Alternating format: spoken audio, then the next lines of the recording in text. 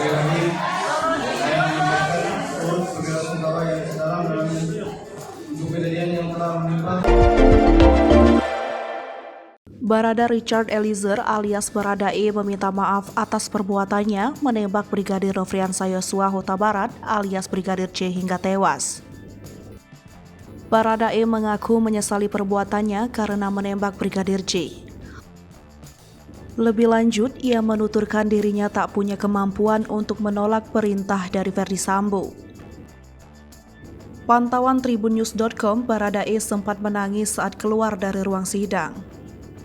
Sebagai informasi, kasus Ferdy Sambo CS mulai disidangkan pada Senin 17 Oktober 2022 kemarin. Kemarin, 4 terdakwa disidangkan dalam kasus dugaan pembunuhan berencana terhadap Brigadir J. Keempatnya yaitu Ferdy Sambo, Putri Chandrawati, Bribka Riki Rizal, dan Kuat Ma'ruf. Sedangkan untuk para tersangka di perkara lain, yakni perintangan penyidikan atau obstruction of justice tewasnya Brigadir J ini akan digelar pada Rabu 19 Oktober 2022.